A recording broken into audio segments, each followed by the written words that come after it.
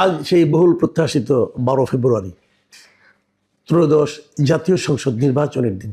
আমি খুব ভোরে এই রেকর্ডটা করছি, খুব ভোরে করছি এই কারণে আর কিছুক্ষণ পরে আমি আসলে বেরিয়ে যাব।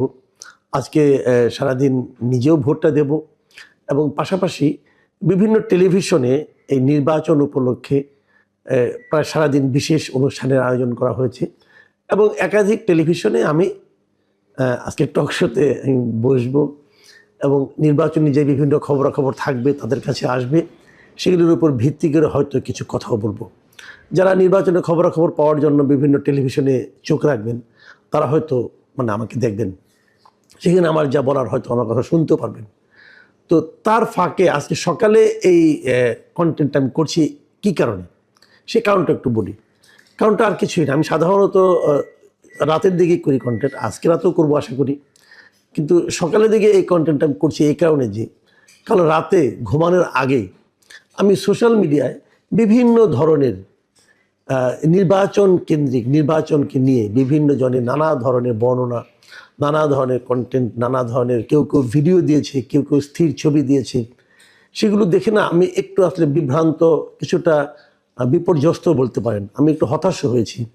আমি বেশ কয়েকটা কন্টেন্ট দেখলাম যেখানে বিভিন্ন এলাকার দৃশ্য দেখানো হয়েছে এবং এটা বলা হয়েছে এটা রাতের বেলায় সন্ধ্যার দিকে আর কি, সন্ধ্যার দিকে প্রকাশের এক নির্বাচন যেখানে হবে সেই কেন্দ্রে ঢুকে কেউ কেউ সিল মারছে এবং সেটা ভিডিও দেখলাম এবং এমনও দেখলাম যে তাকে চ্যালেঞ্জ করা হয়েছে, আপনি এখানে আসছেন কেন, আপনি সিল মারছেন কেন, উনি জবাব দিতে পারছেন না, এমনও দেখলাম।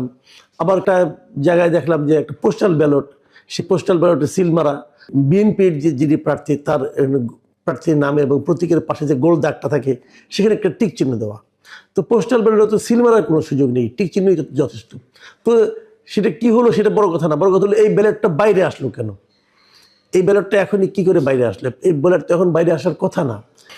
আবার এর বাইরে আরেকটা ছবি দেখলাম যেখানে নাকি ভোট শেষ, তো ভোট তো শুরুই হয়নি তাই না, তার আগে দেখলাম যে একটা ব্যালট পেপার যে ভোটের যে রেজাল্ট শিট হয় সেখানে জামায়াতের যিনি পোলিং এজেন্ট হবেন তার সিগনেচার সহ একটা কাগজ বাইরে চলে এসেছে। তো এসব দেখে না আসলে আমি একটু মনই খারাপ করলাম যে আসলে তাহলে ভোটের নামে হচ্ছেটা কি। আমরা এর আগে নিশিরাতের ভোটের কথা শুনেছিলাম, এখন কি তাহলে সন্ধ্যা রাতের ভোট হচ্ছে, নাকি এগুলি সবই বানানোও কিন্তু হতে পারে। বানানো হতে পারে কিভাবে, আমি অনেক কিছু দেখেছি। যে আমার নিজের জীবনে একটা ঘটনা বলি, গত 3-4 দিন ধরে আমার কাছে অনেকেই আমাকে কাছে আমারই একটা ফটো কার্ড পাঠাচ্ছেন।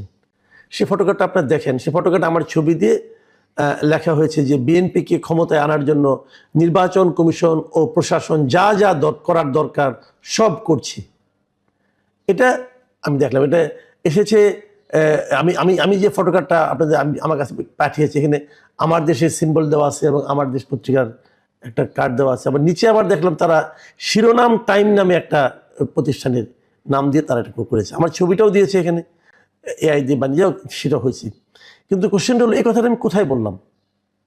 আমি নিজে যা কিছু বলি ভাই, আমি সাধারণত আমার নিজের মন থেকে বলি, নিজের চিন্তা থেকে বলি। এই ধরনের চিন্তা তো আমি কখনো করিও নাই, এটা আমি কোথায় বলেছি। যদি কেউ ভিডিওটা দেখাতেন তাহলে ভালো হতো। আমি নিজেও বুঝতে পারছি না এই ধরনের কথা আমি কেন বলতে যাব, এবং আমি নিশ্চিতভাবে আপনাকে আমি গ্যারান্টিতে বলতে পারি এই ধরনের কথা আমি বলিনি। যদ্দূর মনে পড়ে একবার আমি বলেছিলাম, খুব সম্ভবত স্টার নিউজ কিংবা এই ধরনের কোনো একটা অনুষ্ঠানে, আমি যদ্দূর মনে পড়ে, আমি তো প্রচুর টকশো করি, তো আমি বলেছিলাম এরকম কথা যে নির্বাচন শুরুর আগেই তো নির্বাচন নিয়ে বিএনপি এবং জামায়াতের মধ্যে পরস্পরের বিরুদ্ধে অভিযোগ শুরু হয়ে গিয়েছে।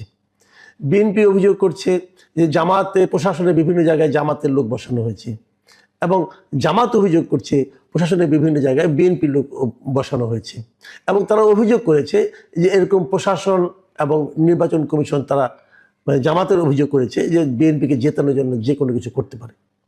এই ধরনের কথা আমি বলেছিলাম বলে মনে করে, কিন্তু এটা তো ওদের অভিযোগ।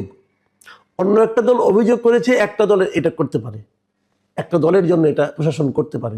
তো সেই অভিযোগটাকে আপনি যদি আমার কথা বলে চালাই দেন, তো অন্য একজনের অভিযোগকে, তাহলে লোকে তো ভুল বুঝবে।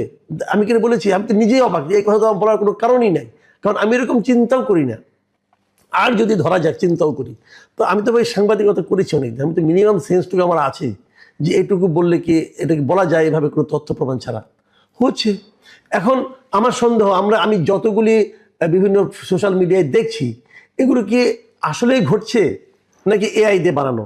তো এটা নিয়েও কিন্তু একটা সন্দেহ আছে। আমরা আগেও বলেছিলাম যে এবারে নির্বাচনে কিন্তু এ ধরনের ফেক কন্টেন্ট দিয়ে সোশ্যাল মিডিয়া বেশ একটা বিব্রতকর পরিস্থিতি তৈরি করতে পারে।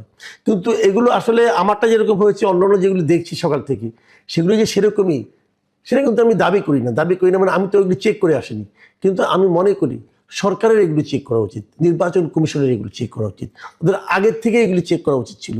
আবার বিপরীত দিকে যদি ঘটনা ঘটেও থাকে, তো সেই ঘটনাগুলো কেন ঘটছে এটাও সরকারের চেক করা উচিত।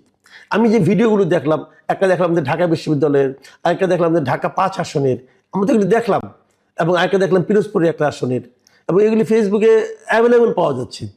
তো এগুলো কেন চলতে দেওয়া হচ্ছে, এই জায়গাটা আমার কাছে ক্লিয়ার। এগুলি কিন্তু নির্বাচনের, একটা সুষ্ঠু নির্বাচনের যে পরিস্থিতি, যে বাস্তবতা, তাকে কিন্তু বাধাগ্রস্ত করে, এবং নির্বাচনের মানুষের মধ্যে সন্দেহ তৈরি হবে। ডক্টর ইউনূস বলেছিলেন যে ইতিহাসে শ্রেষ্ঠ নির্বাচন দিবেন। এটাই কি শ্রেষ্ঠ নির্বাচনের নমুনা? এটা তো থামাতে হবে, না হলে আমরা তো পৃথিবীর মানুষের কাছে তো হাস্যকর জাতিতে পরিণত হব। এরই মধ্যে অনেক অঘটন কিন্তু ঘটে গেছে। নির্বাচনের প্রচারণা বলা হচ্ছে যে 48 ঘন্টা আগে থেকে বন্ধ হবে, কিন্তু আমরা গত রাতেও দেখলাম এই যে পিনাকি ভট্টাচার্য নামে এক ভদ্রলোক, তিনি যা নাটক শুরু করেছেন, আমার মনে হয় তিনি প্রতি ঘন্টায় ঘন্টা না, প্রতি মিনিটে মিনিটে বিভিন্ন রকম পোস্ট দিচ্ছেন, এবং সমস্ত পোস্ট বিএনপির বিরুদ্ধে যার বিষোদগার, তারেক রহমানের বিরুদ্ধে বিষোদগার, এবং জামাতকে ভোট দিতে হবে, জামাতকে ভোট দেওয়ার জন্য তার প্ররোচনা। শেষে দেখলাম যে বাড়তে বাড়তে একটা পর্যায়ে যে উনি কান্না করছেন। একটা বয়স্ক লোক, মানে এটা কি পাগল না মাথা খারাপ, কিছু তো বুঝি না। সে আজাদি, ইনকিলাব, কি যেন বলে পাগলের মতো, জামাতের পক্ষে প্রচার করছে। জামাত কি এটা বোঝে না যে এই লোকটা প্রকারান্তরে জামাতের ক্ষতি করছে? জামাত তো তাদের পিআরও চেঞ্জ করা উচিত ছিল।